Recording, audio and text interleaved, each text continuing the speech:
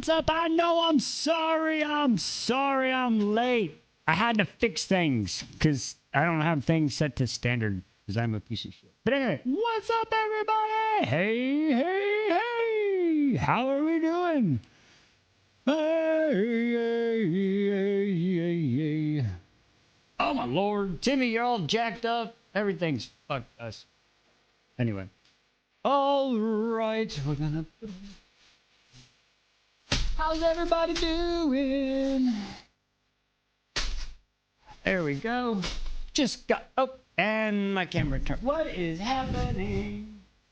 I love this. Gotta love this.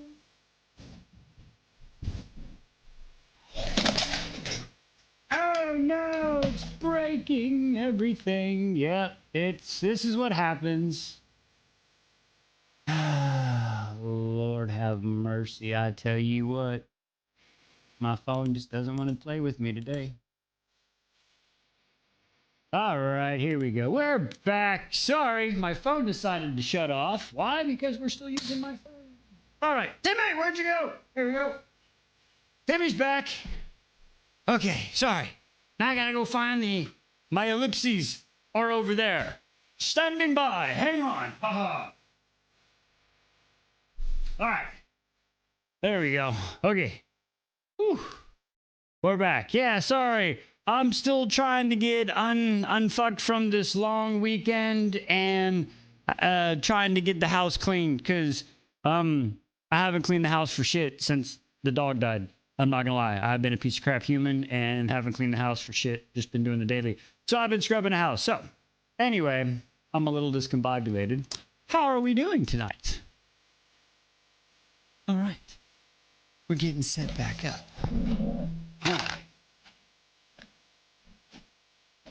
Ugh. Oh, trust me, y'all haven't scared me yet. Listen, there is nothing that y'all have sent me on TikTok that I have not seen or been through worse. I guess the real question is, how are y'all feeling about me? Apparently, some people got upset with one of the messages I sent today. I'm just saying. Apparently, somebody was like, no, what are you doing? No, this is not what is going on with everything. Oh, Lord. Okay, now. All right, folks. 1 second. We'll be right back.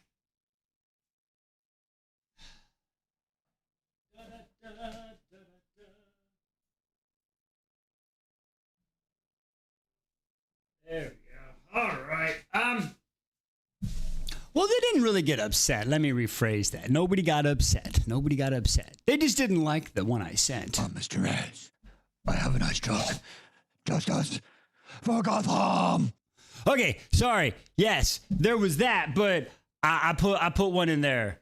The wicker furniture, that one was funny. But it was the one with all the pictures. And it wasn't, they weren't mad. They were just like, why? I didn't want to cry today. It was kind of like a, oh, what the fuck moment. Hang on, I just got to get Timmy fixed. So once we get Timmy fixed, there we go. Timmy's back again. He is back. And tell some friends. All right. Whew. Yeah, thank her, Nisha. You kissed the brick fry. Excuse me. Oh, Dragon Tales. Yeah, we ended up watching that one late, but wow, that was crazy. That one was that was a crazy one.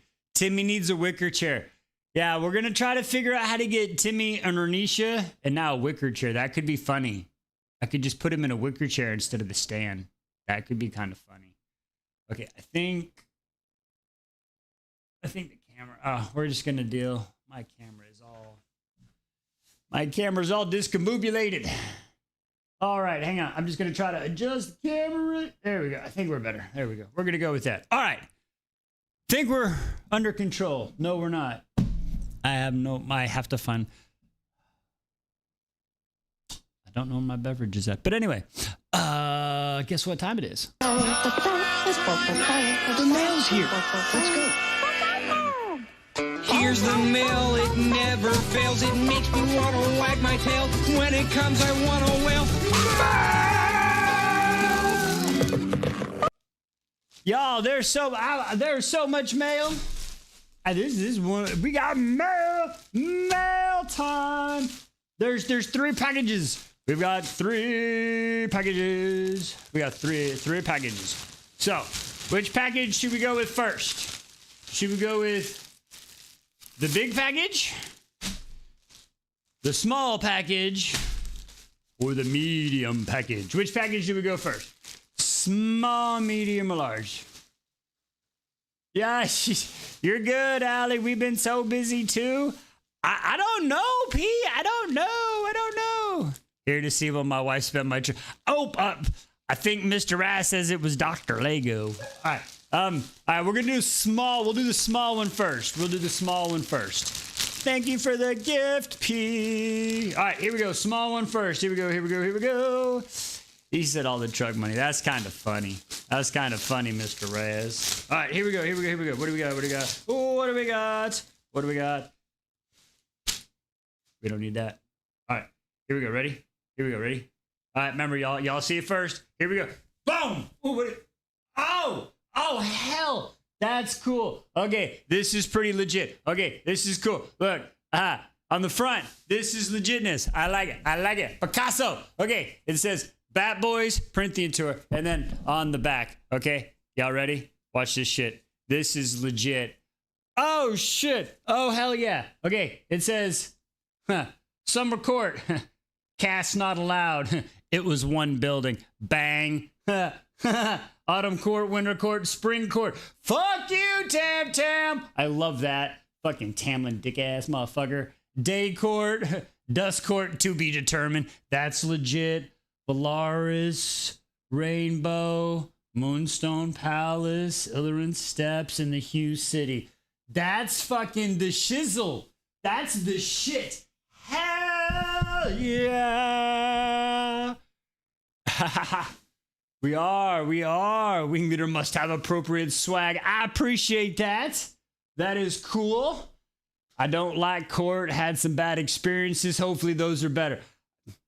You ain't the only one, Mr. Raz. I tell you what, I appreciate that. Thank you, Dr. Lego. All right, now we'll do the medium one next. We'll go to the medium one. All right, here we go. Whoop-cha. Ooh. Oh. Hang on. Okay, hang. Ooh. All right, there. That way I can't see it. Throw that out of the way. Here we go. Ready? Bam! It's a nice black shirt. Okay, what does it say? Ooh, wait. Born to dilly-dally, forced to lock it. Ow, that's the shit. Oh, that's hilarious as fuck. That is fucking hilarious. That's the shit. Oh my God, y'all see that? Dude, that's heat. That right? No, it's mine. Get away. Get away. Yours, but it will be passed down to me. Eventually, at one time, yes. Born to dilly-dally, forced to lock it. That is the shizzle. That's the shit. That's hilarious. No. She's got something. Oh yeah, Allie Gray. She got a package for you. She just got to get the time to mail it. All right. Can you do me a favor? Yeah. I found my cup. I don't know where Again? to put it. Yeah, I lost it. Well, I had it, but then I had to go get y'all that pizza and stuff. I thought we already had one. We all did, but you didn't, so I went and got y'all some. Oh, okay.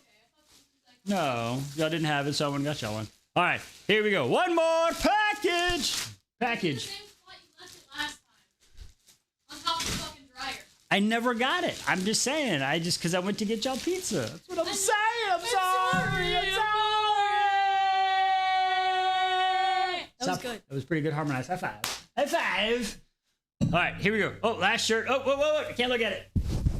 Bam. Ooh, that one's Aura. Ooh, the bone car. Fuck yeah. I like that one. I am Forgotten Tour. Oh, hell, fuck yeah.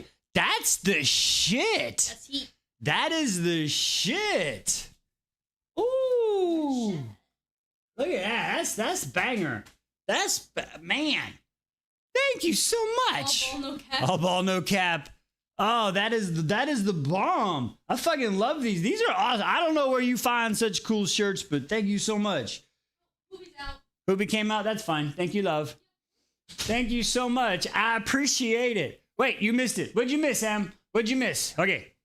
Yes, it's like acid washed, or what do they call it? Heathered now. Here, I'll bring it a little closer. There you go. There we go.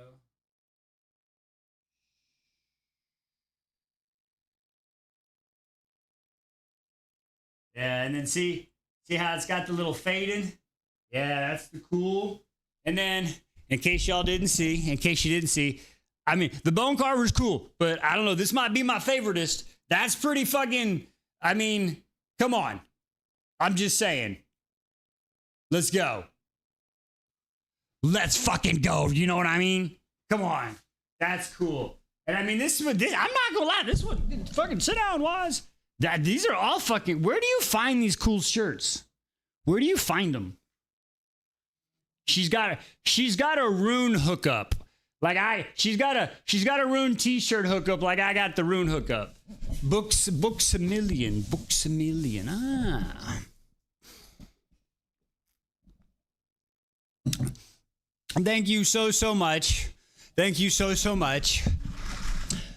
3 awesome shirts. Let's give you a spin. Connor, what are you doing down there? Good Lord. Hi, Hobie Lynn.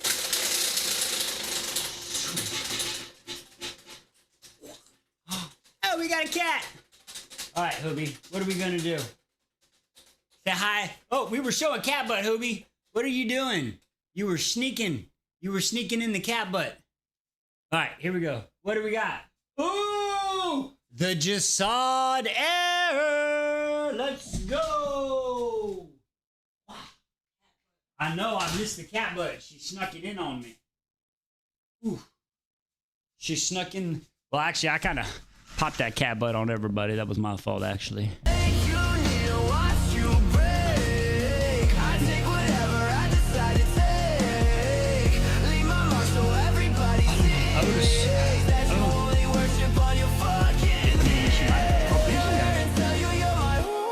I'm not sure, love. I know I saw it the other day because I had to feed her at a different location. That's what I'm saying. So I know it was either yesterday or the day before. I'll tell you that much. We're missing the eldest cat. We are missing the eldest cat right now. We're not sure where she's at. So anyway, whoo. Yeah, we gotta find, ladies and gentlemen, boys and girls, children of all ages. Hi, Lady Liz. Yeah, we can't find her. Yeah. She didn't come around for her lunch,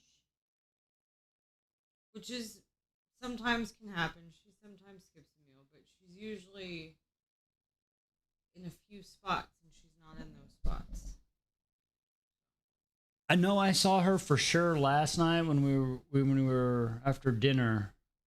She was up on the very top of the freaking cat tree. Yeah. I know that for sure. Hey, Lisa. Woo. I think that was last night. Excuse me. Yeah, that was last night. Hey, Lisa, thank you for the gift. We're still recovering, y'all. I'm sorry. Excuse me. Our eldest cat. It is a cat. We're missing a cat. The eldest kitty. The eldest cat. Elsa, the eldest. And then, yes. Elsa? She's not under the bed? For sure? I looked in the closet, in the bed, like under the bed, under the nightstand. I looked in the wall closet. They looked in their closets, their rooms. We looked upstairs. We looked in the bathrooms. We looked in the living room. I mean, in the art lab. We even went outside. Just Checked under the shed? yeah, I went out there and called. No, but you didn't look. There's way tall grass out there. I am not getting my face that close. Ladies and gentlemen, welcome to the city, woman. There's spiders the size of my That's face. funny. Back She there. said Are you spiders. kidding? No, I'm not sticking my face down there. Did you look in the shoe thing in the wall? Oh, yeah. I did. Yeah, I did. okay. And I even had Minnie Wise take her long arm and reach it behind the washer and dryer with her phone to record a video so we could see, but no success. Under the fridge? I don't think they can get under the fridge on ours. Nah, she can't get that small. I don't know. I mean, these days she might be able to fit under the couch. No, she. I'll go look for her. I'll go look. No, you're fine. We'll find her. We'll find her. That's crazy. Our fridge is in like a custom, like it exactly fits. There's no space on the side. Like the fridge, if I push it back another inch, then you can't open the doors because it's like, you know what I'm saying? So that's how ours is. But yeah. No, I saw her last night. I don't know, love. I don't know. Maybe she's on a bender. She might be on a bender, my friend. Who knows? She might have said these people are weird, and you know what I mean? Who knows? She's an old cat. Golly. Doesn't like us humans no more. Oh my lord. Okay. And then also, P, let's talk about this book. Okay. What is up with this book, P? Apparently it's very, very descriptive.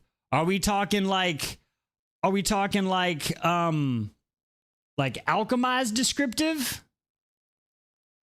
Like what? It sounded interesting. Like you said, you heard certain words like 500 times. Yeah. But she doesn't. I mean, we're all realized, but she is an older cat too, so that is something that could be happening. So, we'll see. Who knows? I'm talking like there are 700 ways to describe the smell and rot and pus. Nice. Pustules, maggots, vomit, blah, blah, blah. Oh, nice. Okay. So it was just very, very descriptive when it came to what. Okay. I got it.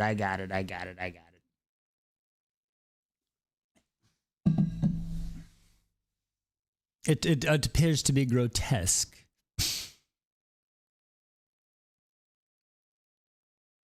That's pretty fast. That's a fast maggot. I mean, I guess that if it's just like for no reason, they're just like a lot of them.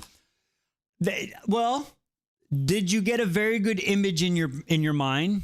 Did you get a good astrophage? Ah, that's funny. She said astrophage. Astrophage.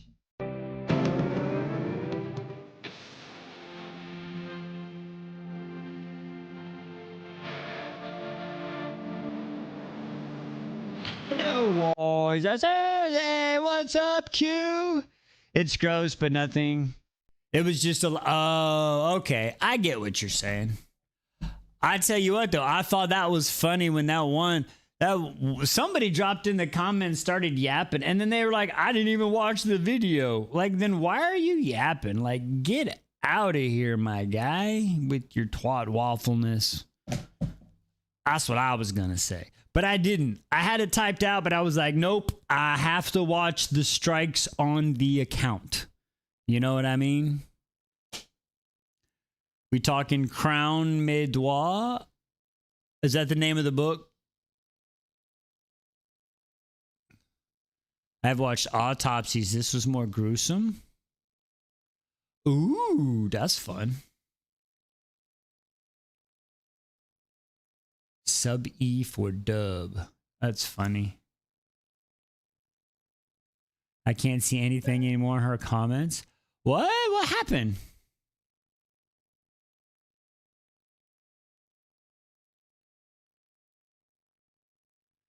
Ooh, that sounds crazy. That sounds like it's a crazy one.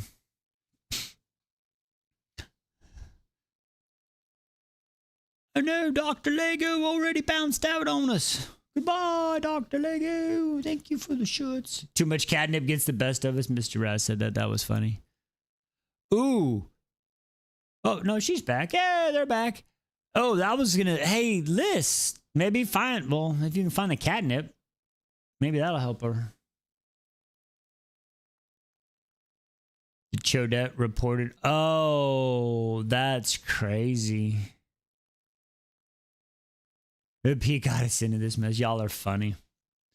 Y'all are funny. Oh my Lord. Ooh, a star. I missed a star cog and a flower head. I'm sorry, Allie. I'm sorry. I missed the star. It's so fast. That's what she said. They put them up so fast on the Tiki Talkie, man. I'm sorry. Thank you for the gifts. I appreciate y'all.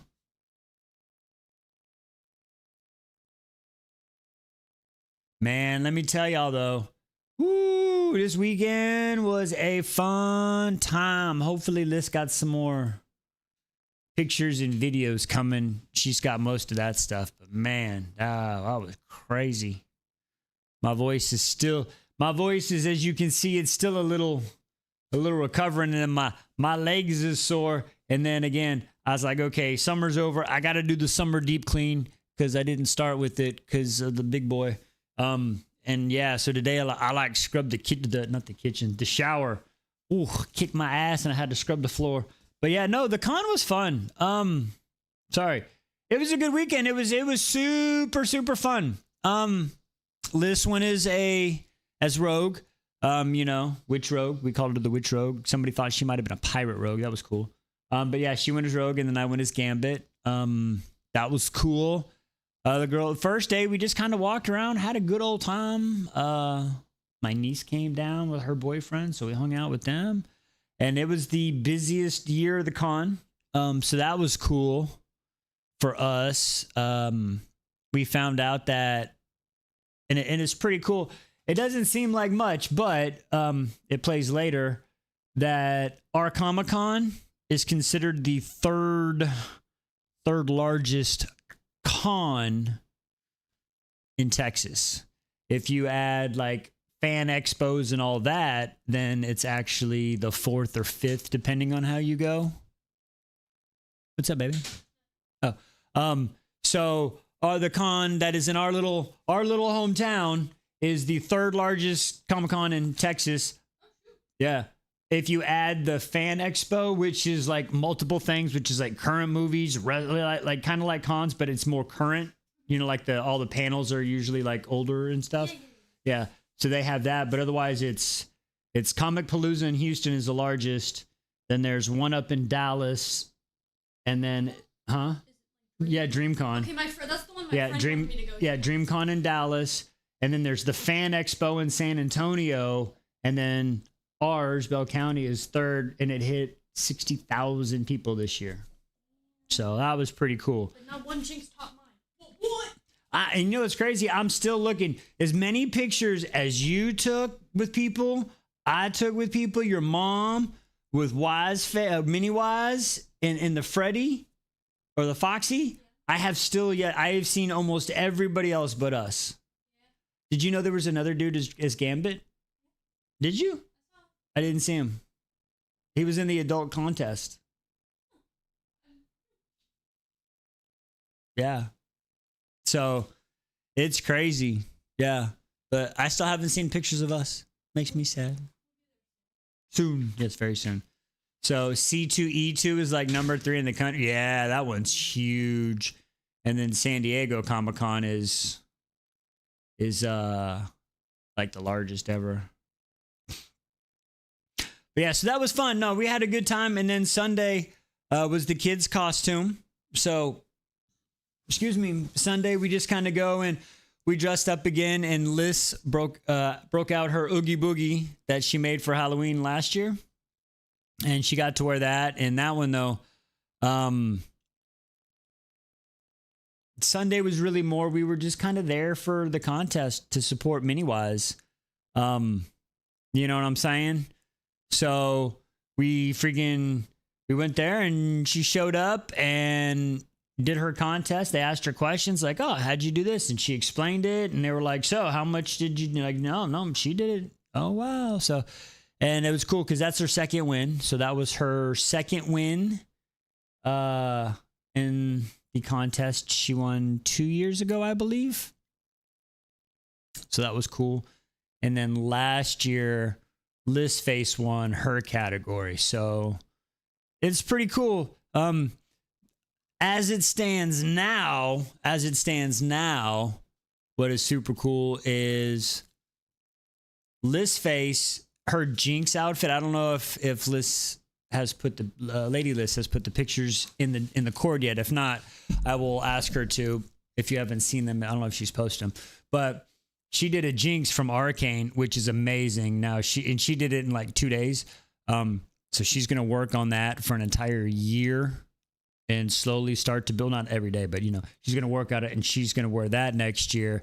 And then, excuse me, I'm gonna bring back out the Gambit, and we're gonna work on making the boots and the leg protectors, and we're gonna adjust the chest piece because Liz did an amazing job with this one, but we're gonna redo it, and then she's gonna work on a new Rogue outfit, I believe, and then we're gonna enter the adult contest, and we're gonna do our books, and I'm even gonna help build it and do the cuts for the Gambit, and we're gonna enter the adult.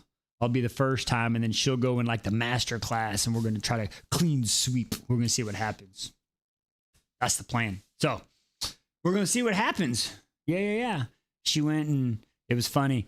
The girls, they start school soon, so they had to go to school to do some things, and then we picked them up. She's like, so let's go to the comic book store. So I was like, all right. So we go to the comic book store. She spends like $250 to get resource material. I love that woman so much. But it's gonna be awesome. It's gonna be awesome. Hey, Hoobie girl. Yeah. But no, it's gonna be awesome. So we're gonna do, and I'm gonna start learning some of the card tricks so I can actually play the Gambit. Do you know what I mean? Because my name is Remy LeBeau, but you can call me the Gambit. Come on, Sherry. Where are we going? I like the Gambit. Oh yes. Hello, Hoobie. What do you mean? Oh shit. I'm about to make a name for myself. But anyway, yeah, so that's what we're gonna do. So next year, we're gonna try to get it up. I'm working on my Court of Nightmares. Dr. Lego, if you need Liz's help, just ask down in the list closet in the cord. If you need ideas, trust me, she would. Liz, she needs help. Liz likes putting outfits together. The accent reminds me of the Channing Tatum. Yeah, I do a little bit. You know what I mean? I am the Gambit. It is okay. It is okay. Uh-oh. The door is opening. Hello. How are you? Do you have a cookie? You found a cookie, but no kitty. She found a cookie, but no kitty, and the other kitty is a visit. All right. Well, how about we get some chapters in tonight?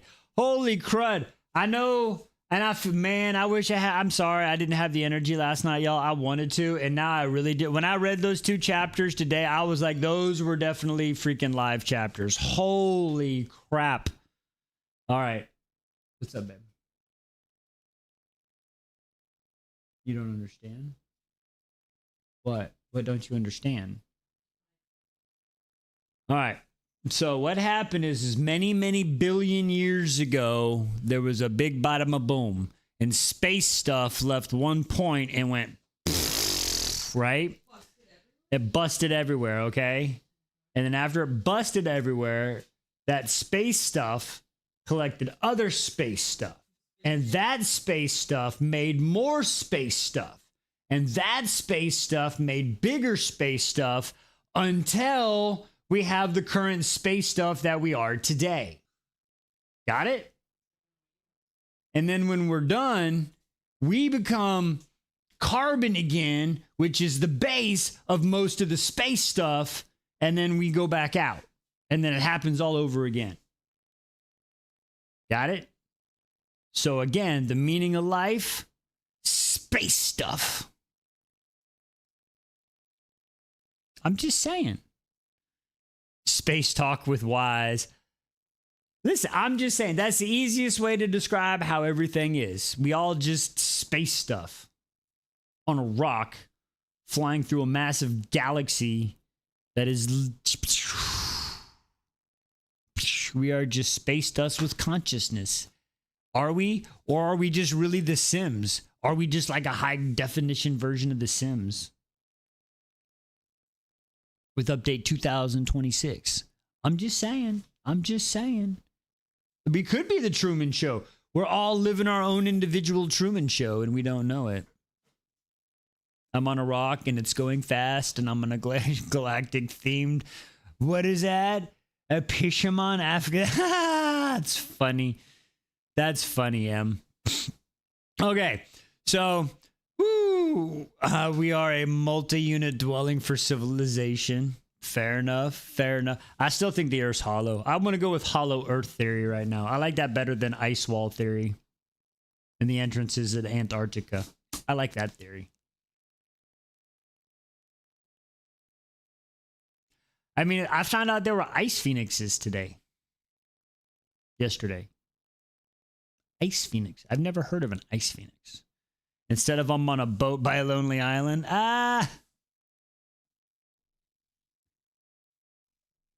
P says, where? Where what, P?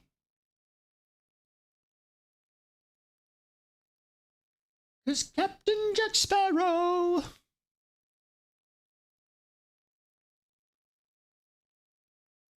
Where are they? Where are who? The Ice Phoenix?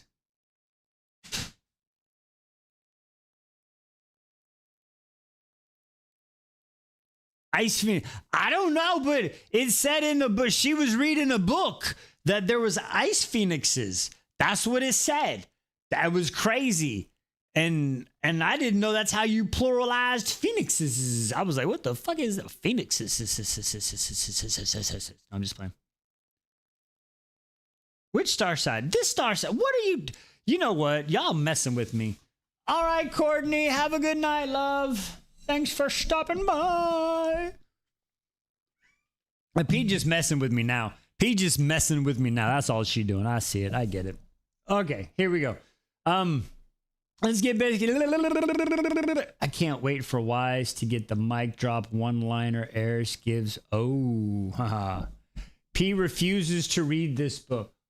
Oh, that's right. I forgot. She's got, yeah, there's something about something that rubs her the wrong way about something or something. I don't know. You got to go walk the dogs. All right, Dr. Lego, have fun. Be safe. Enjoy the walk. Rune and punctuation errors. Punctuation errors is funny. Punctuation is like, I don't like people that believe punctuation is a must. That's all I'm going to say. She had, yeah, the author, yeah. That's what I'm saying. Like, because I don't remember what, but it was something. It was something. Yeah. Okay. Anyway, let's get into it. What are you doing, Hoobie? Are you coming up or not? That's what she said. You want to jump up here? Are you going to come up and hang out, or are you just going to be annoying all night? What you want to do? You're going to be down there. All right. We are on chapter 23. Excuse me. We left off with the saber wolves attacked her. She got a scrape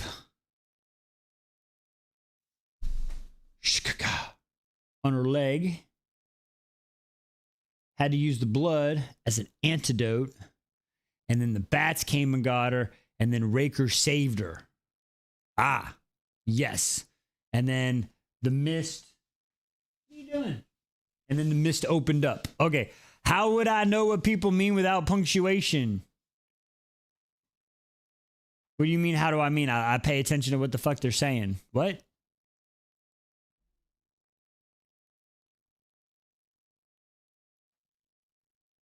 Raker saved her is going to be said a lot.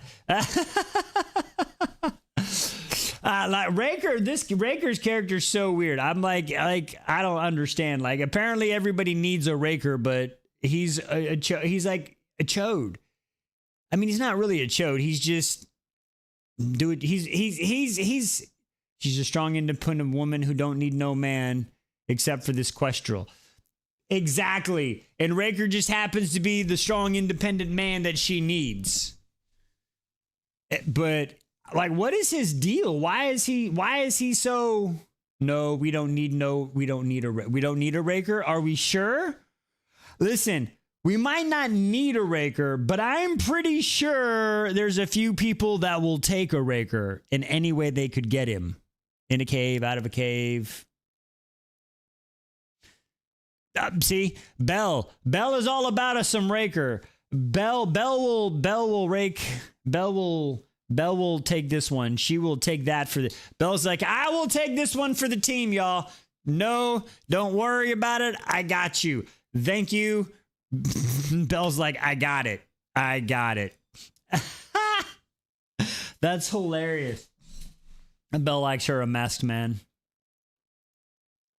You will share the cave with Raker. I'm not.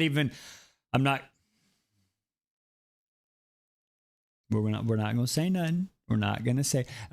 Allie's like, can I get folded too? Y'all are hilarious.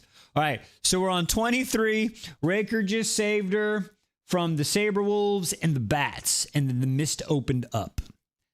All right, so that's where we're at. They're gonna double team Raker. Oh, that's hilarious. All right, Starside, chapter 23. Let's get into it. Beyond the mist is a forest of tree-like giants. Sky quills I breathe, only knowing the name through stories. Whispered legends about trees, tall enough to scrape the sky itself. Silver sky quills. The trunks are thicker than both Raker and me combined. The needles are silvery green in the sun. I stop and look up. I just look and look, gaping. What? Raker snaps. I shake my head. Do you ever feel utterly insignificant? No, probably not. I do, but I don't think he does. In a good way? What? Tears prick my eyes. She's crying? There's no crying in the Questral. Stupid tears, because we almost just died half a dozen times. But this world with claws and teeth is beautiful. I look over at Raker, only to see him looking at him. Only to see him looking at me. His stature says unimpressed. No, is all he says, before he turns around again. Of course not. Harlan Raker, famous warrior, is anything but insignificant. All right, P, have a good one. We made it through the mist. Part of me was sure I would die there, lost forever, like the hidden sword. But slowly, the cold of the fog falls away, slipping off my skin, melting away my bones as I walk through the forest in quiet awe. Something about this place feels just like the Bone Woods, ancient, untouched. Yet instead of piercing, cold dread, all I feel here is steady warmth. It's not just the sun, which felt absent in the fog. No, the trees are so tall. They cast so much shade. The sunlight is shuddering in gleaming ribbons, unveiling through the woods. It's something else. A warmth from the nature, maybe. A pulse like a heartbeat. We keep walking. Raker's posture never changes. But about an hour later, he stiffens, turns. I hear it, the gentle lapping of water. I don't even wait for him. My feet are snapping against the twigs and dirt as I kick up dirt as I run towards the sound. And then suddenly, I'm kneeling by a creek. Perfectly clear water. Finally, I could laugh. I could cry. I could take it by a mouthful. That's what she said, drinking from my palms, washing my face. My back is still crusted in blood. The stream isn't deep, but it's enough water to bottle. I turn to Raker, who is approaching with far less vigor. He is covered in blood too, but none of it has reached his skin, except for his hands. Not with the armored hood and mask. I open my mouth, close it, decide it's not worth the trouble of asking. But he's already reaching into his pack. I hear something break and nearly collapse in shock as it presents a piece of soap. Before I can say a single word, he tosses it at me. It lands in my lap. His soap. The one I like so much. I blink, not able to find the words, not knowing how he'd possibly just did something that resembles a kindness. Before I can attempt to thank him, he says, "You need it." He's such a chode. Oh my God. He turns to leave. Even his insults can't breach my happiness. I breathe in the soap and I sigh. Mine, I think. All mine. When I can't hear Raker's metallic steps through the woods anymore, I begin to take my clothes off piece by piece. The fabric sticks to my skin. Oh, we not worrying about the silverness. Okay. We just, all right. The fabric sticks to my skin, bound to the dried blood, peels off painfully. Raker's right. I stink. But with just a few scrubs of his soap, the blood clears. My hair is smooth again. I tie it back in a normal style, letting the braid hang down. Then I wash my clothes before unfolding them to dry. As I wait, I lie against the rocks, sighing into the stones, letting the shallow, gentle rush of water soothe across my body, across my markings. It's strange, being out in the open with all of me showing, but Raker's far away. These woods are silent. I just need a moment to rest and remind myself that I am alive. I survived. No, we survived. The last weeks are hazed, filled with the thirst and hunger and pain and blood. So much blood. I stare at the sky and melt further into the rocks. The world has taken bite of me. I can feel them. In the nod and my confidence, it has chewed through all my assumptions. It has punched holes through my fear. I've only been here 20 days, and I feel transformed, like years have been folded into moments, seconds of bravery, of skill, of foolishness that determined my fate. I feel like those pieces had still forged, scraps of metals that Stalin and I would give a second life, smelt into a completely new sword.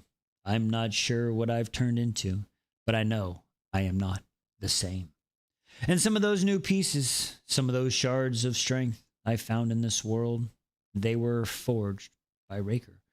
They were forged in the flames that rose in response to the taunts, to the figure it out, to the moment he didn't interfere, forcing me to rise by myself, forcing me to dig into those trenches of my soul and claw out the embers of my strength. I curse him. I thank him. I don't know how I expected to make it to the gods, but now, for the first time in forever, I feel like I really could. A flash of moment has me sitting up, breath caught in my throat, water parting around me. I reach for my blade, and I promptly grab my sack. I watch a glowing translucent horse what the fuck? A translucent horse gallop through the forest and disappear in a curl of mist. I blink just when I'm convinced myself. I imagine it. The horse appears again. What are you on? Rune, what is she on, my guy? Wow, several feet in front of where it disappeared, sparkling silver trailing behind it like star-swept breeze. Its hoofs gently clop upon the forest floor. Before it stills, it turns and spots me as its eyes bore into mine.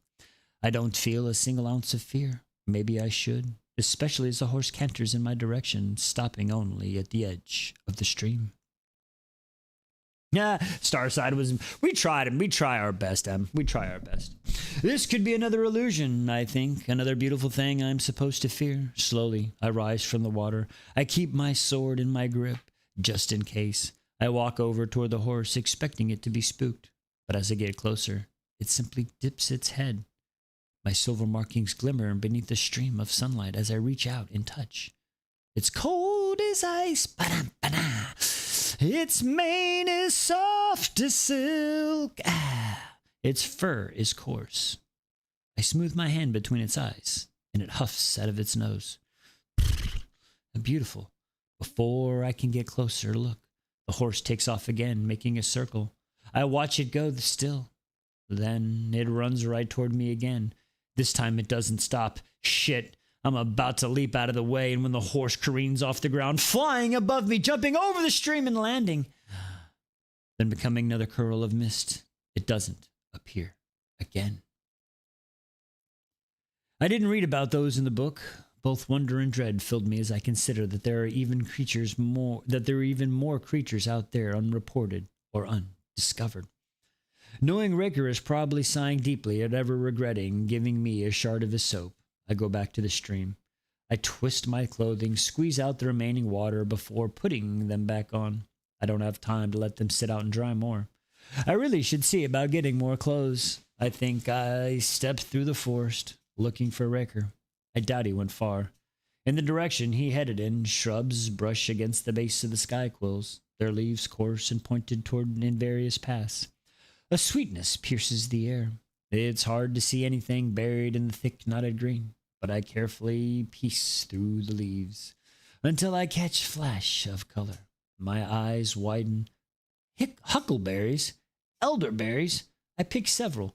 My fingers stain violet, sticking one in my mouth. That's what he said, and sighing deeply. Yes, the fruit of Stormside, so limited and rare, is like ash compared to Starside. Everything here is heightened. The landscape, the flavors, the colors, as if magic has touched everything. I sink to my knees and pick them all, eating a large fraction. The rest I stick in my wet pockets. I consider calling Raker over to fill the pack with them.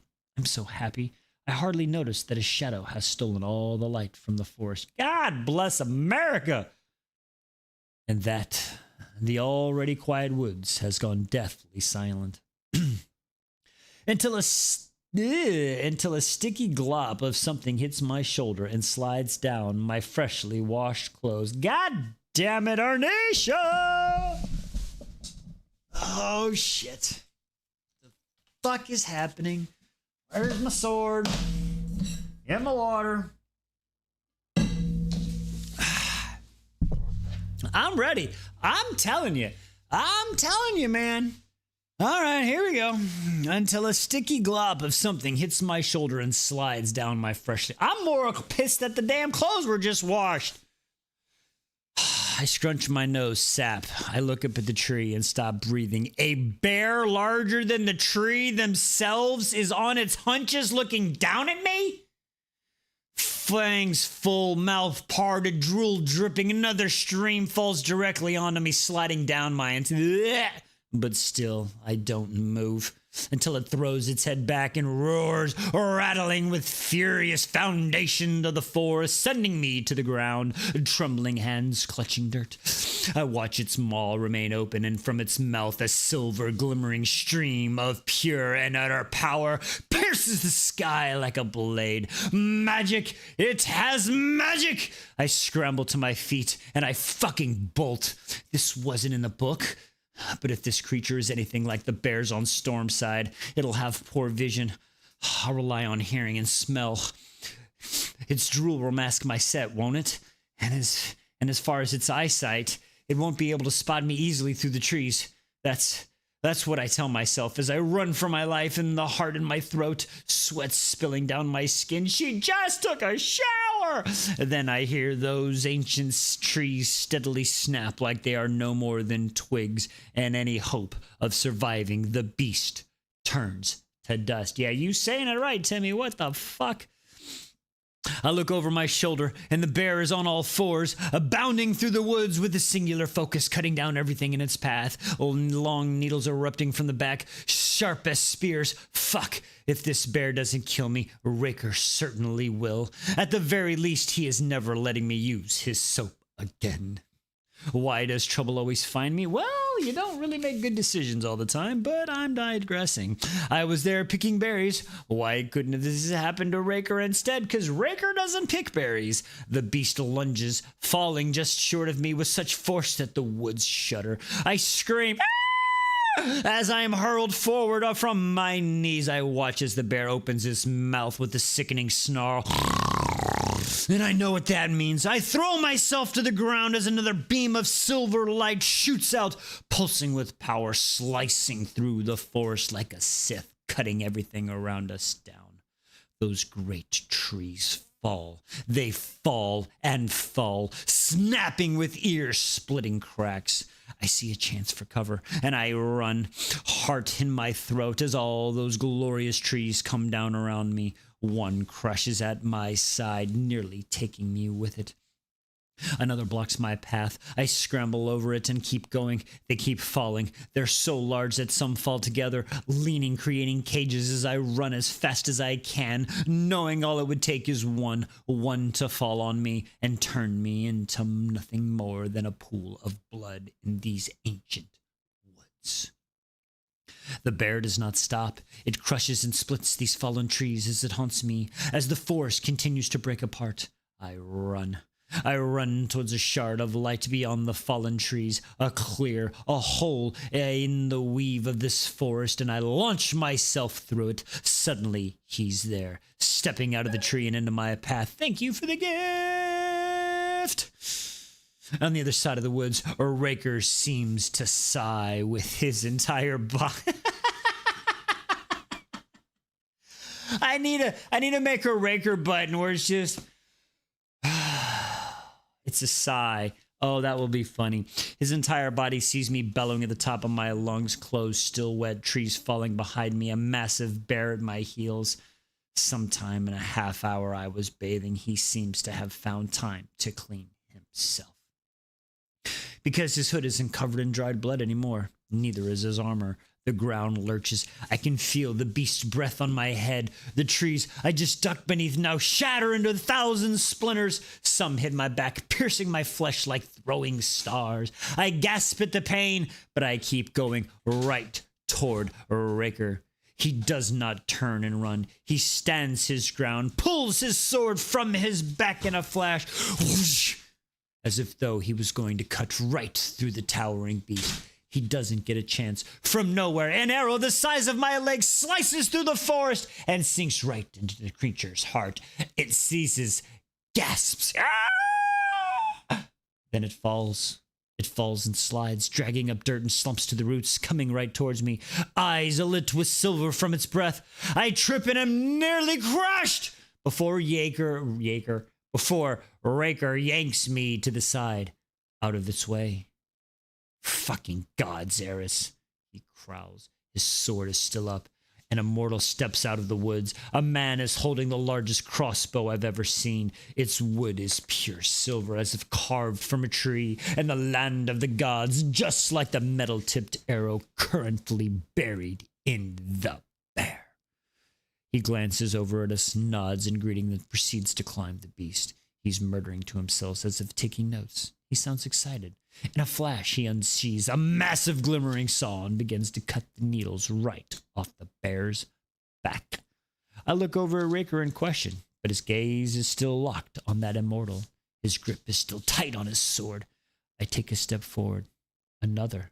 I have the urge to sink to the floor and retch, or simply curl into a ball and sob. But I need to know, what is this creature? The immortal glances down at me from a place high above. He looks me up and down for a mere moment before grinning.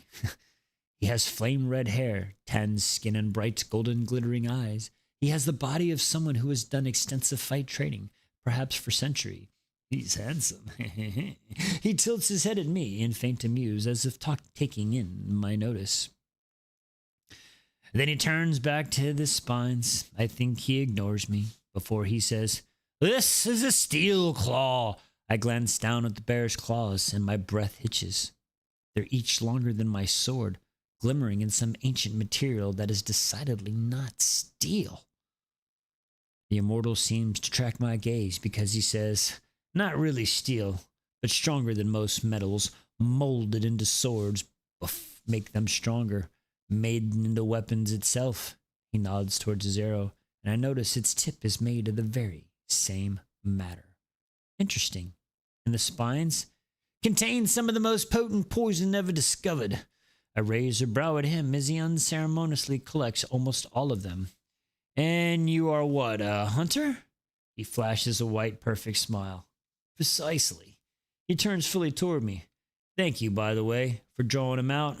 I haven't seen one of these in a very long time. They're rare. They hibernate for centuries. Some thought they were all to be extinct." My back teeth grind together. So I was more than bait. I remember what Zara said about hunters. How the reason some ancient creatures are all but extinct. I study this hunter. wondering if he's one of these ones that she was referring to. Steel claws have an appetite for humans. He tilts his head at me, looking amused again. No, they're athrivores. At my blank stare, he says, they eat magic. Oh, I was thinking about glimmering silver beam, it admitted. That doesn't explain why it was chasing me. Yeah, it does your magic, you twat. Does she not get it yet? Does she not get it? Like, what the... Anyway, digressing. I must look confused because he motions toward my back. Your blade, my sword, he nods, and then shake my head. It doesn't have magic, he frowns. I never seen a beast chase an object with such singular focus. It most certainly does. In my instance, he shrugs. You're mortal. You can't activate it.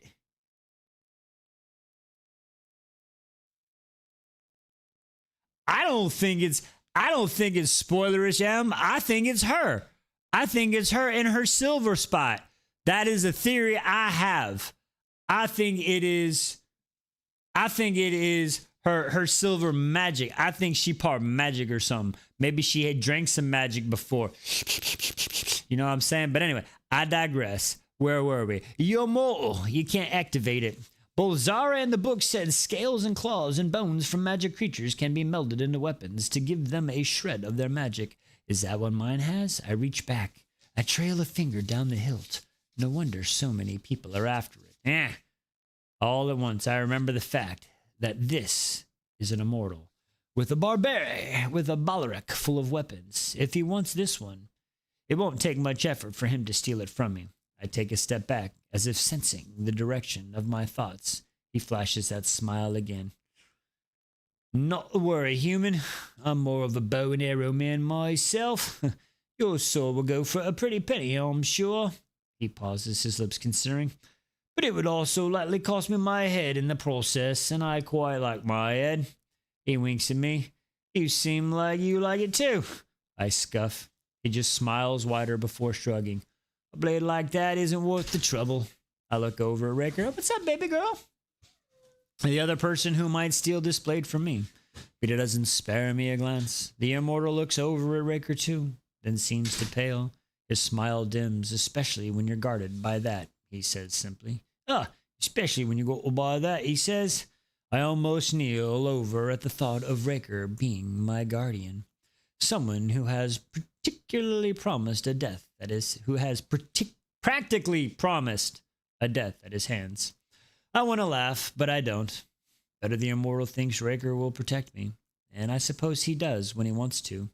What else is valuable about the beast? I ask, looking over it.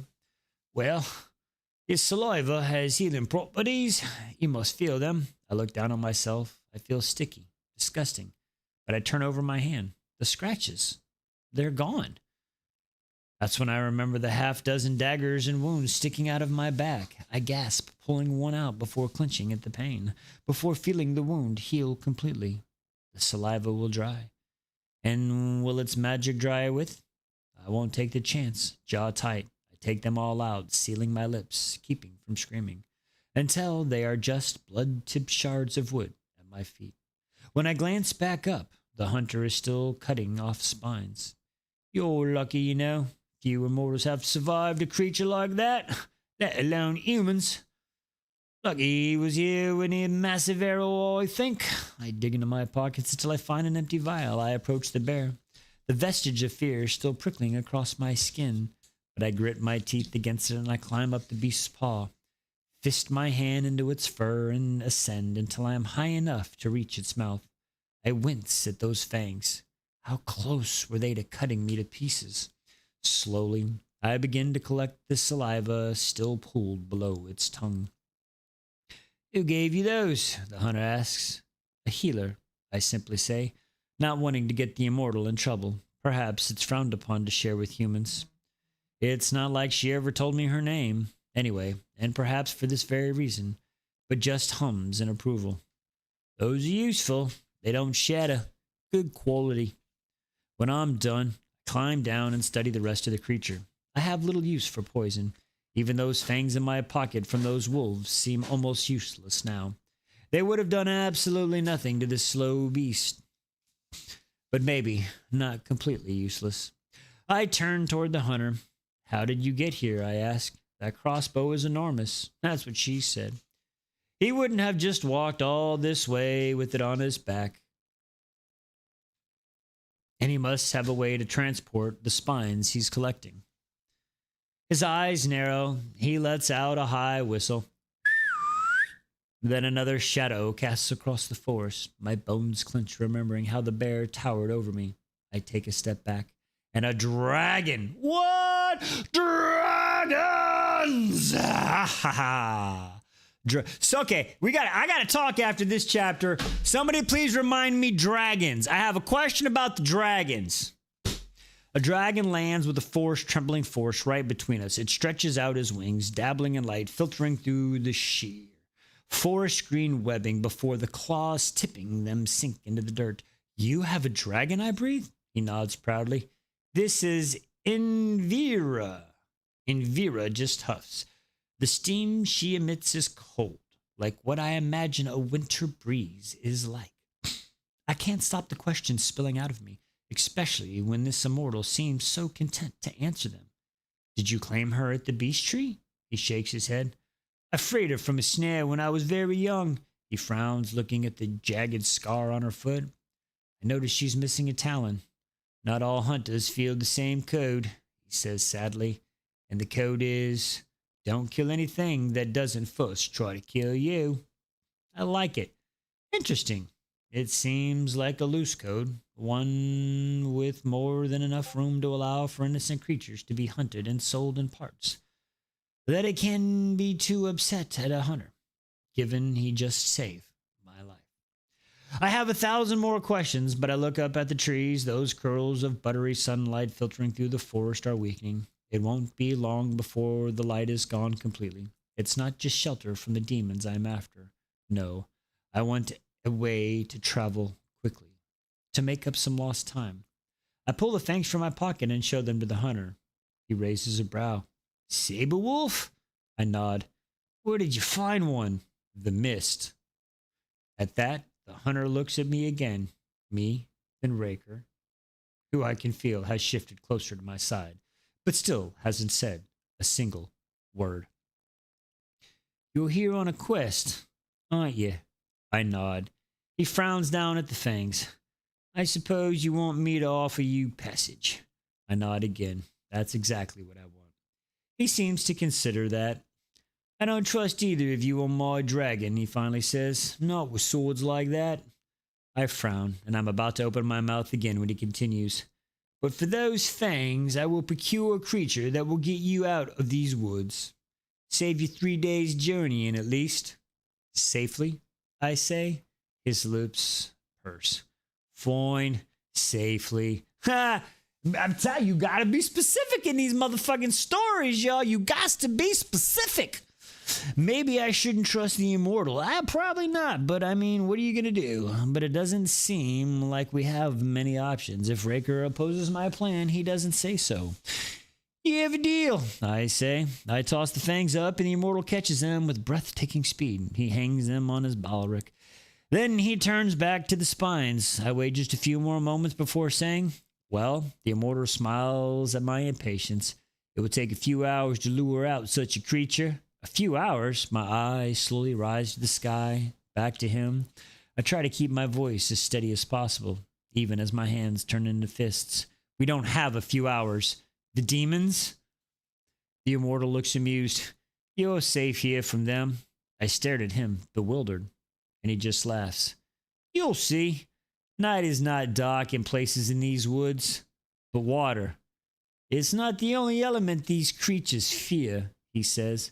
I open my mouth and he gives me a look, as if asking me if I really think I know these beings better than he does.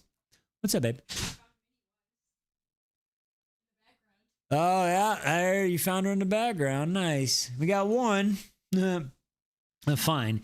He doesn't make a move to mount his dragon as darkness descends, so I suppose it wouldn't be in his best interest either to be wrong about a thing like that. I wait as the hunter continues to snap off the last of the spines. Raker's leaning against a tree, looking unimpressed with the both of us. The dragon looks over at me. Its eyes are gleaming greener, darker than those of the dragons I saw in the prison past. A smattering of spine adorns its back. Its scales are tough as armor. It looks rock-hue, strong. I take a step forward, pulling by a yearning in my own dragon. Do they know each other? Does she know where mine went? The dragon sniffs at me. I wonder if she can sense my dragon, if any trace of her remains on me. I reach out my hand and touch her scales, just as she opens her mouth. What are we doing? It unleashes a torrent of water in a stream that hits me right in my chest and has me falling on my ass. Why are we fucking with the dragon that's not yours? I'm just saying, have we not learned anything from Fourth Wing?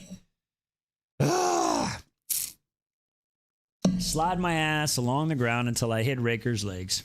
I sputter, spitting out water soaked from head to toe. Well, at least you got clean again. I look up at the immortal through the water clinging to my eyelashes, and he just shrugs. She's sensitive to smell. And you, well, you smell human with all that saliva and all. My cheeks burn with mortification. It doesn't fade in the slightest when I look up to see Raker staring down at me, arms crossed over his chest. I flip him off, and I must be imagining it, but I swear, I hear him chuckle. Water instead of fire, I ask, trembling as I stand. Invira is a Skyrind. Skyrind. Okay, what the fuck is a Skyrind? The hunter says simply. And I imagine their entire classifications of dragons. All right.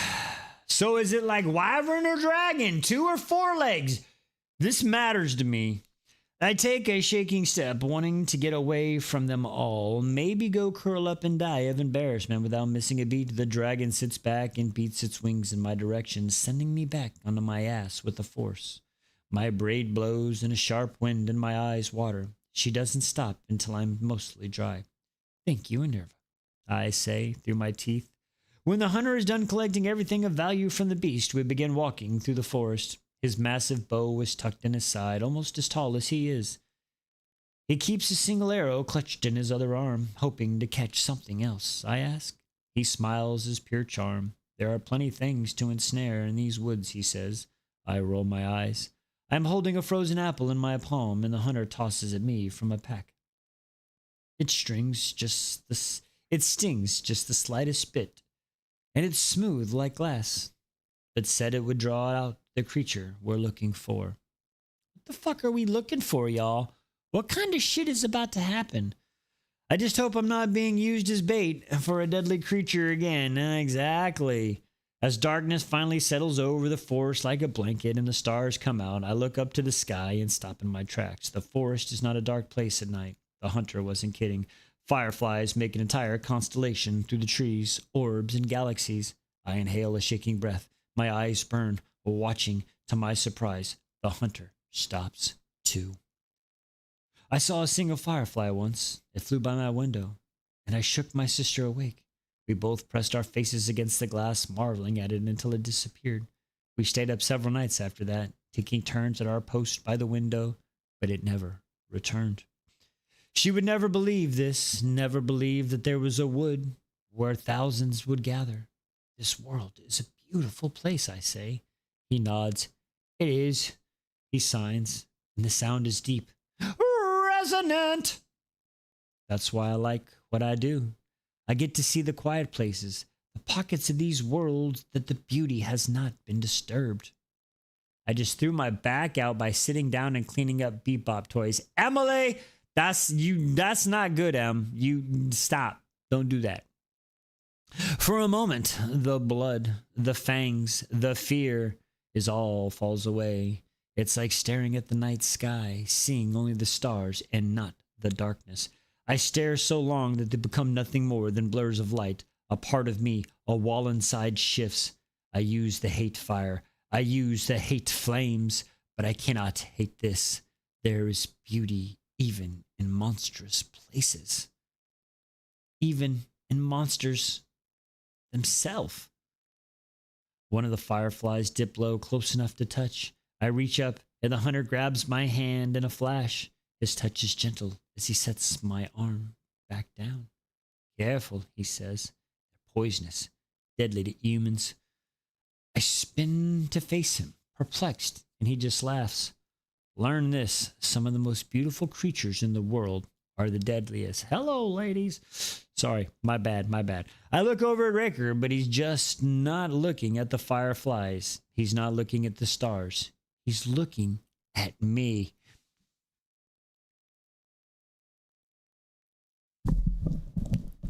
What you looking at, Raker? Why are you looking at my girl like that, Raker? I stare back.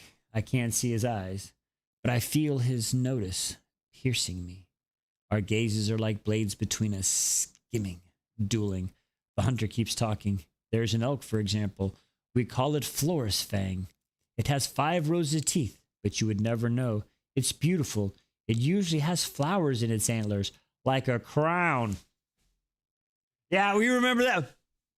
Hello, Eris. Yeah, Rigger tilts his head just slightest bit and whisper of emotion I wish I couldn't interpret from the traveling together this long. I can. I glare at his response, and there it is, that sound again, resembling a chuckle. You wouldn't believe how long their claws are. They're retractable, so you don't know until it's too late, I guess. Ah! She's eating her words on that one. The hunter finishes, and I'm not sure if he's talking about the elk or another animal entirely. Anyway, best to keep moving if you're gonna find that horse. Horse? Horse? I say, whipping around. I saw one earlier. It disappeared into the mist. He looked impressed. I should keep you around a little longer, he says. You bring out the best of the forest. And the worst, Raker says as he brushes by my side. I glare at his back. The hunter doesn't seem to hear him, too lost in his own talking. That's exactly the creature we're trying to draw out. A sky horse. They're known to run through these woods. They seem to like the feel of them. Are there many types of horses, I ask? He nods. Just as many as there are dragons, with just as many variations and specialities. He shakes his head and huffs. The types of horses I've seen, you wouldn't believe. I have a sudden urge to know, to see, to learn. I stamp that ember out. Because of that, why am I here? This is not my world. Though sometimes the traitorous, selfish part of me wishes it was. As we continue through the forest, a galaxy of fireflies threading through the trees, a second sky of stars, I think again, this world is beautiful. And we have reached the halfway point of the story. All right, that's the end of 23. Let's get it spinning really quick. All right.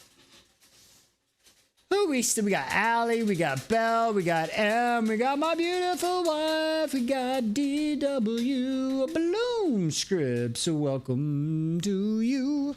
All right, what do we got? Ooh, Direbound. Direbound with some mugshots. Enjoy.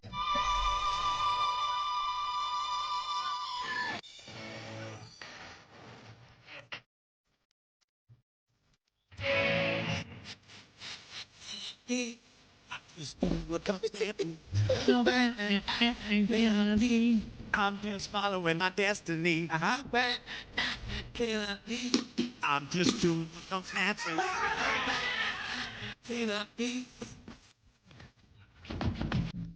Oh, you're putting together the Lego? That's legit. Is that the one that is that the one from Costco? Is that Lego from Costco? The Patos? All right.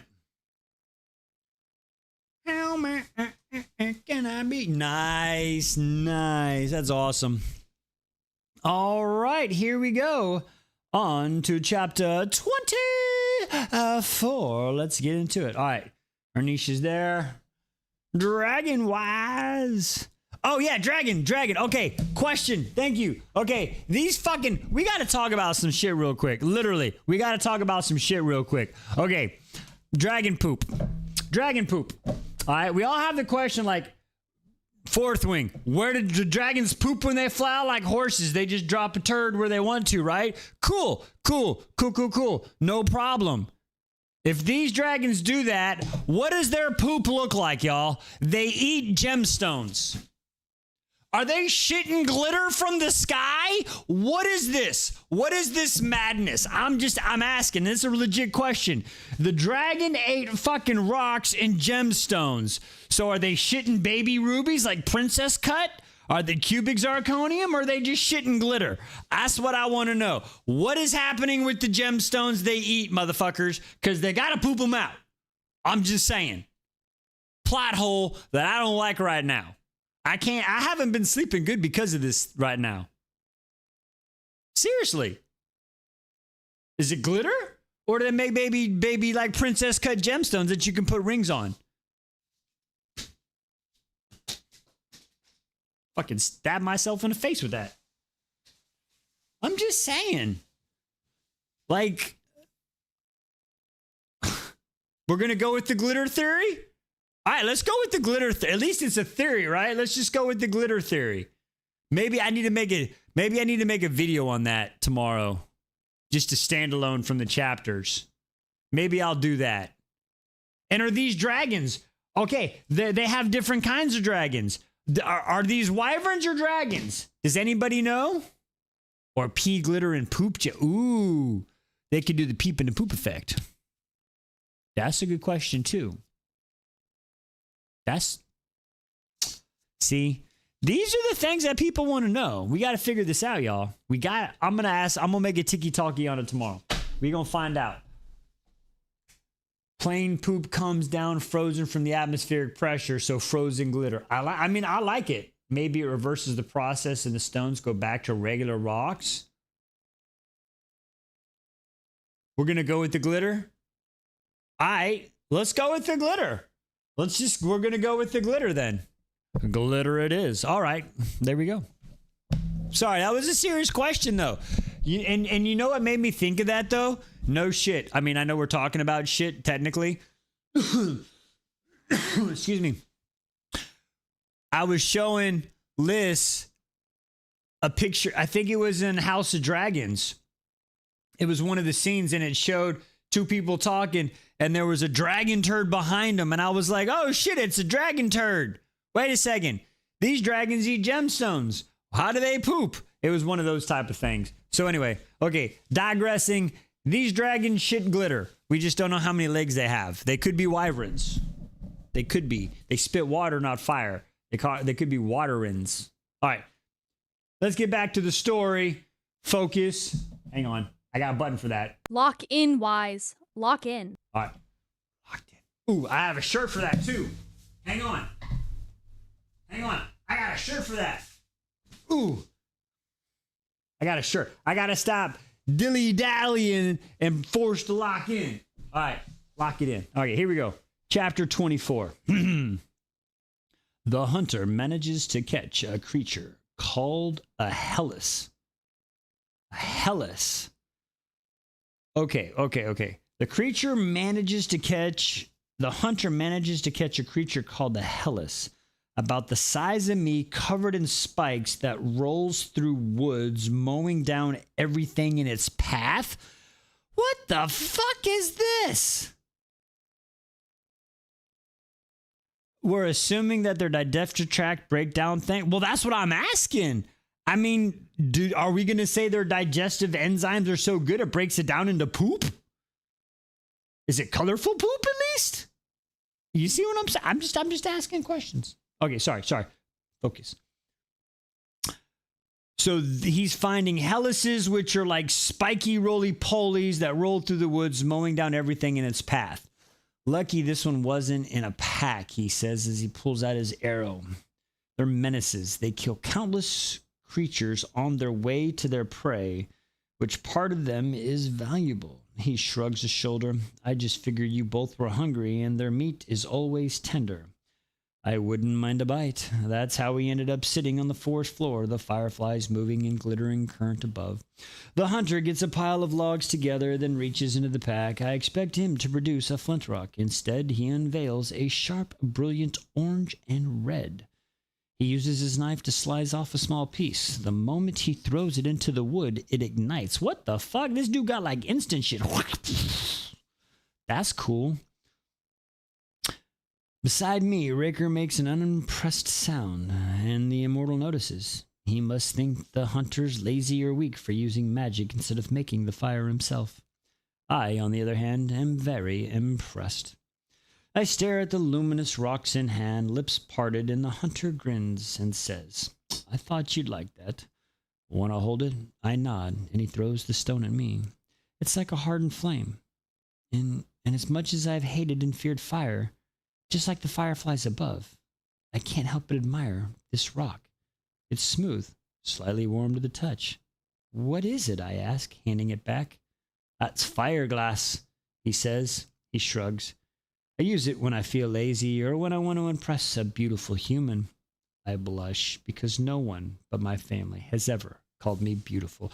Oh, Raker's gonna call you more than beautiful later. I tell you what, they don't poop, they fart expelled in reaction fumes like their digestive system is a forge. I like that idea. I like that idea. I like it. Raker makes a sound of distaste next to me. He clearly doesn't share the immortal sentiment. The hunter looks over at him wearily as he begins skinning and preparing the meat. What's with the hood and mask? Raker, of course, doesn't respond. He's sparing us all his... Excuse me. He's sparing us all his glowering. I say lightly. That makes the immortal laugh. It's a pleasant musical sound. I find myself smiling. Raker doesn't say a word, but I can almost feel his eyes on me. Tell me about the creatures you've hunted, I say. Please. Time is always running out on this quest, but right now, as we wait for the horse to make its appearance, as a hunter roasts this meat, I can get answers.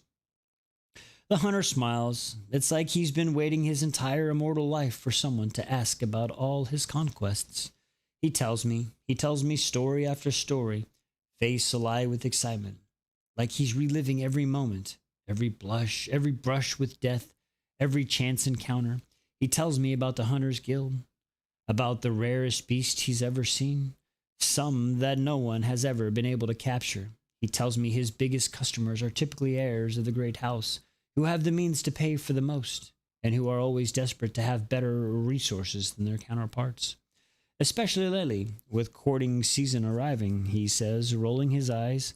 I lower what he means, but I have more pressing questions. The hunter seems to deal with the various immortals from across Starside. Do you know someone named Vander Evren?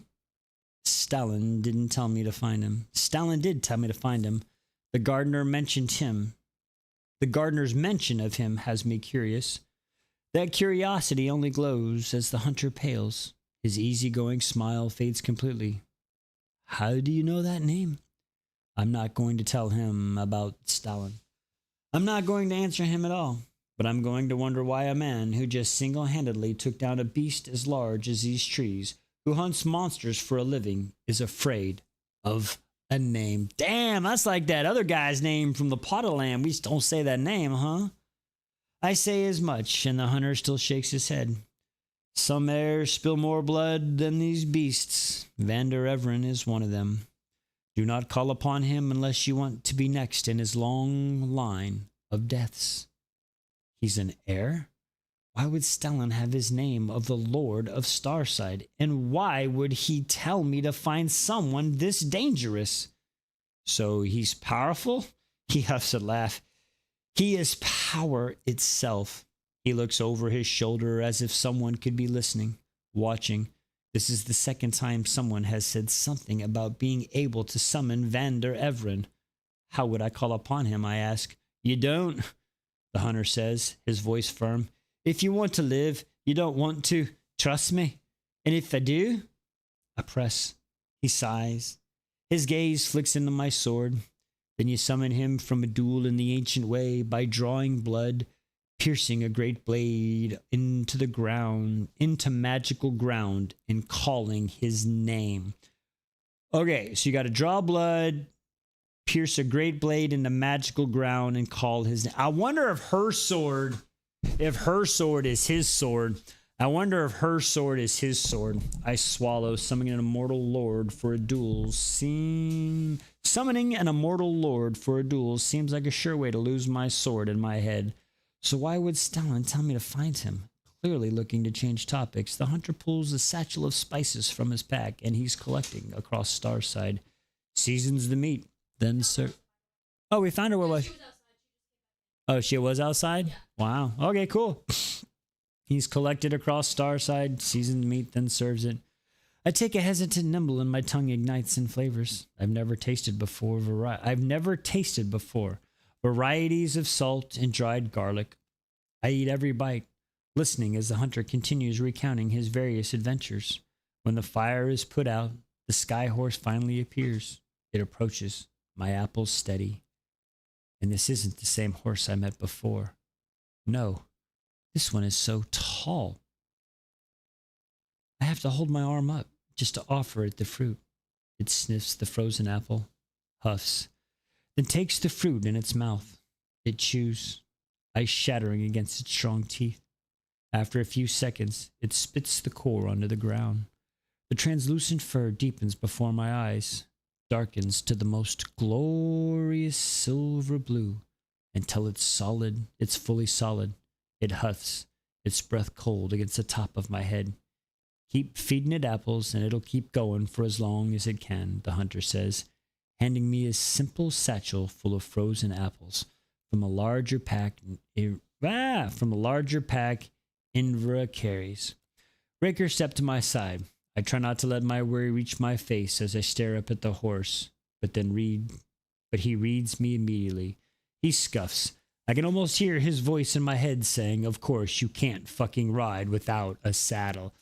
He is so unimpressed with her. I swear to God, it is hilarious. Excuse me. My throat is still not recovered.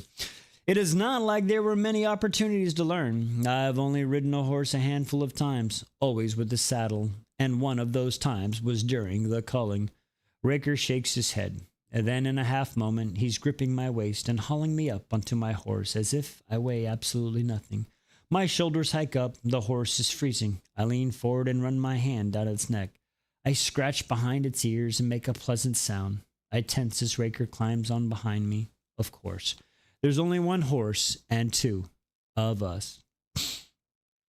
I knew that, but still, I didn't really consider what it would be like until he was right at my back. Oh, he's going to be at your back in a minute. As if sensing my discomfort, Raker says, voice far too close to my ear, would you prefer I ride in front? His voice is acid, as if he knows I, of course, would not prefer to cling to him for the entire journey. No, I say, just as terse. The hunter comes into view. It was a pleasant meeting you, Eris, he says. May our paths cross again. He tips his head in goodbye at me, then Raker. Invra breathes out a puff of cold air. All Raker does is kick the horse aside, and the sky horse jolts forward. The force becomes streaks of gold and silver and green as the horse runs faster than the wind. My grip loosens and I fall back with the speed, crashing into Raker's chest, head banging on his armor. I nearly slip off, but his arms are on either side of me, keeping on me. His own holds steady, and now there isn't a single inch between us.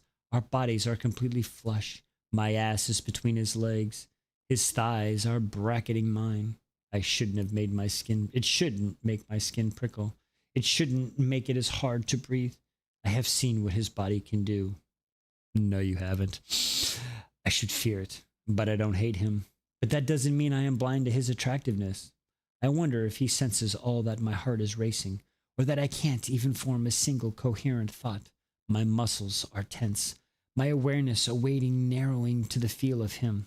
Apparently he can. Breathe, Eris, he says, deep voice piercing in the wind.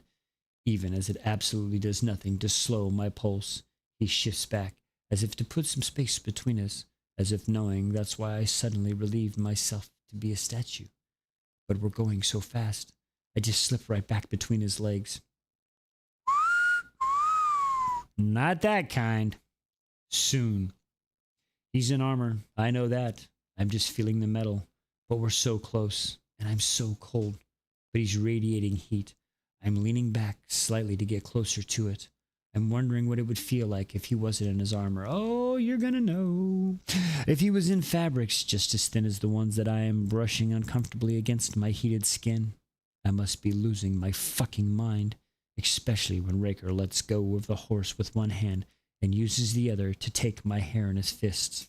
What the hell? God damn. I lose the... Oh, she likes getting her hair pulled. It's getting in my face, he says, his voice a rough whisper in my ear, as if leaning down so he can hear him. I swallow as he twists my long braid around his wrist, turning it into a knot, pulling just slightly bit. Alleged face. I breathe. And alleged face. God, it's getting him alleged face. I was like, what the fuck do you mean alleged face? I breathe in. An attempt to humor at the time when my skin feels like it's on fire. Her skin is on fire. He gently tucks the knot from my hair beneath my collar, and I feel the faint brush of his rough fingers against my neck. Oh, she is moist. The sky horse rides through the night so quickly its hooves hardly touch the ground. Looking too closely at the rushing wood makes my eyes hurt after a while. So I give the horse her second apple. I close them. Sometime later, I jolt awake, gasping, only to find that I am completely, shamelessly slumped against Raker. He's the only thing keeping me on this racing horse. My body is draped against his chest. His arms are on either side of me. Hold me still, his large body curved around mine. I am sure he's not fucking happy about it. I can't imagine he's been comfortable not being able to move at all. Not being able to move at all in the... I look up at the faint light filtering through the treetops. Hours that I was asleep. Ah, Belle's losing it. Belle's losing it.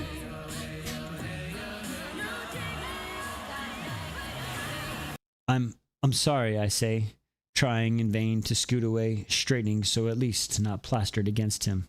You're too thin, is all he says, bitten out like an insult. I bristle.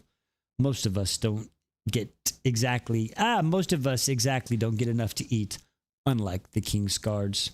He says nothing. I sit like that, firmly upright, muscles tired until the horse begins to slow and the world falls into focus again. We're finally out of the woods. Light rain uses all at once. The sky is gray, sun almost wholly blotted out. A storm is coming, a bad one. A horse kicks down the side of a small rock face, and below sits a circle of water, dark as night. At the center of it is a small piece of land. At the center of that is a castle. It's small, abandoned. Part of it, just a pile of ruins, but some of it's still landing the idea of shelter. After days spent in the mist in the forest makes my posture finally fall forward with relief. That's exactly where the horse takes us, riding the storm winds galloping atop the water as if she's gliding on it. She stops right in front of the half-crumbled door. Cold bites my cheeks. I start to wonder how we're going to make it back across the water, but I quickly spot a small beached boat. Across the lake is another one, as if someone paddled out and left the house behind. What the fuck? As if someone paddled out and left the house behind. Why? The horse begins to lose some of its form. I start to scramble off, swing my leg over, sliding, only for a hand to grip my waist. Help me down. Immediately retreat. I turn toward Raker.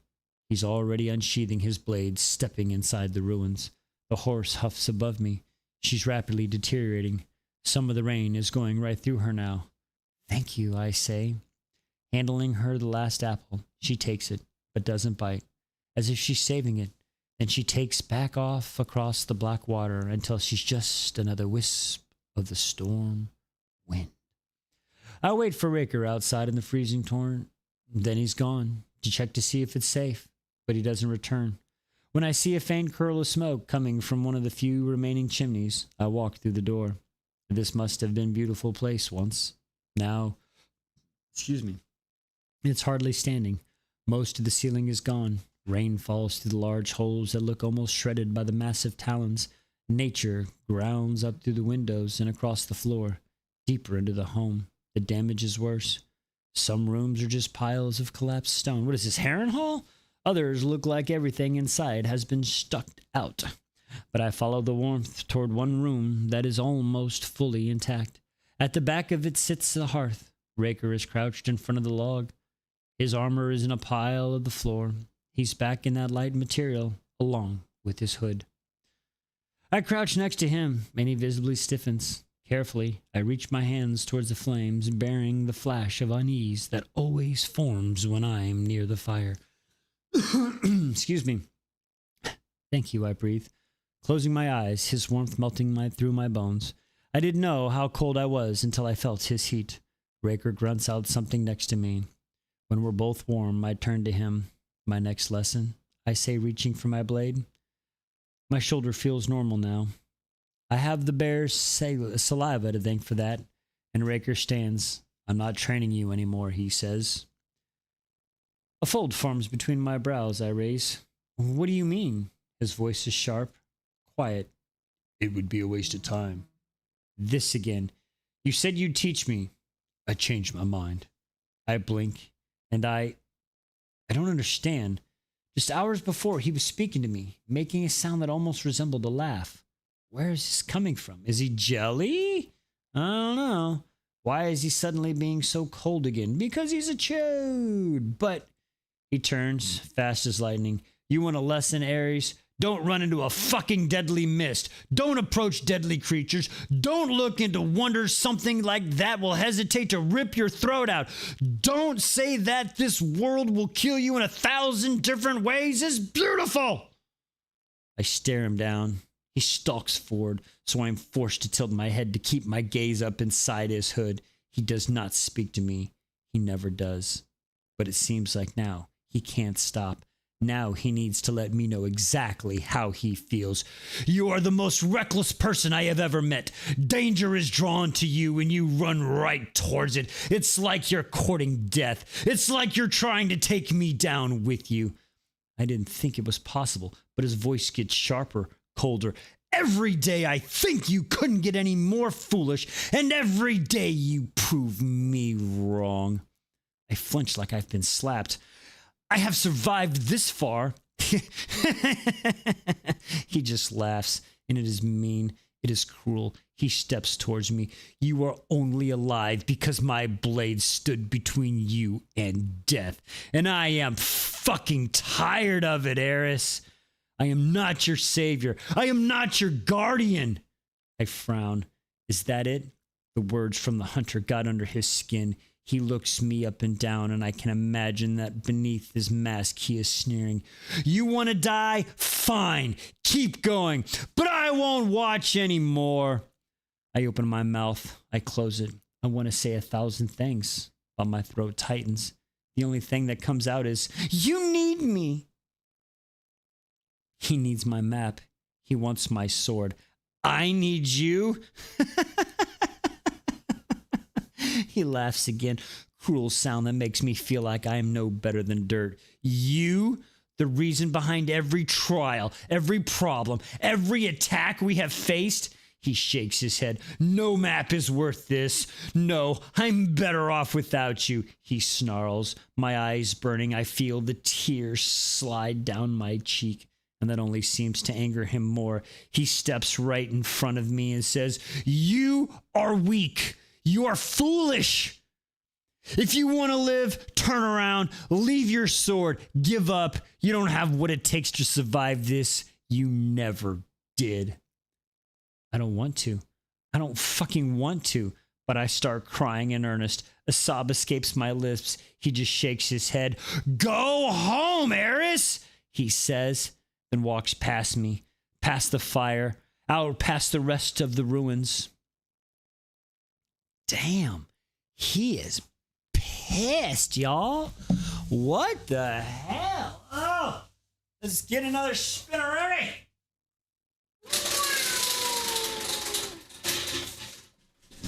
I think it's because he likes her, though, y'all. I think it's because he likes her. What do we get? What do we get? Bum ba dum bum bum. Speed. What did that say? Shield of.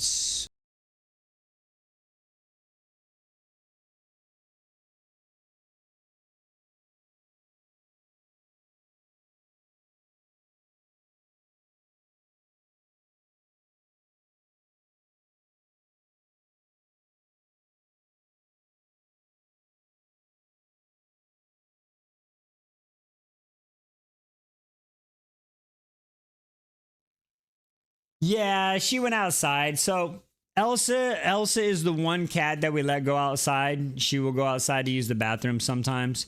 And sometimes I guess she went out last night and I guess she decided to stay out because usually she comes in at dinner time. So I don't know.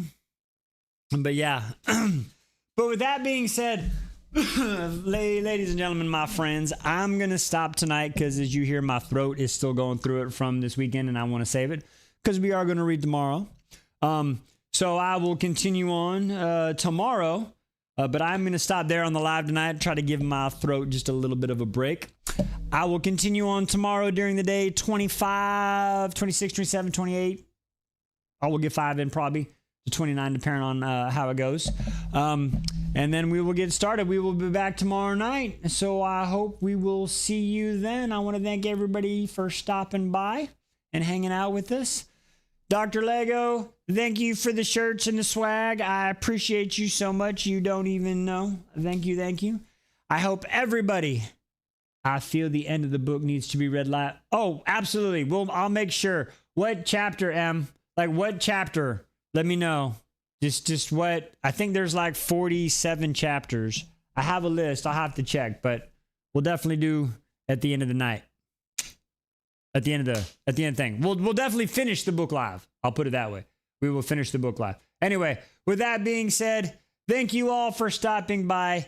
Have a great night. And it's 48 chapters. Okay, 48 and I'm at 25. So tomorrow I'll be 25 to 29 and then 30 to 35.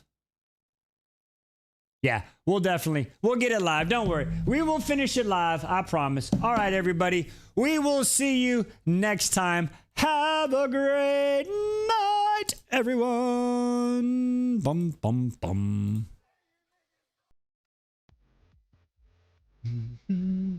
Oh, Mr. Ass, have a good night, brother. Have a good night, sir.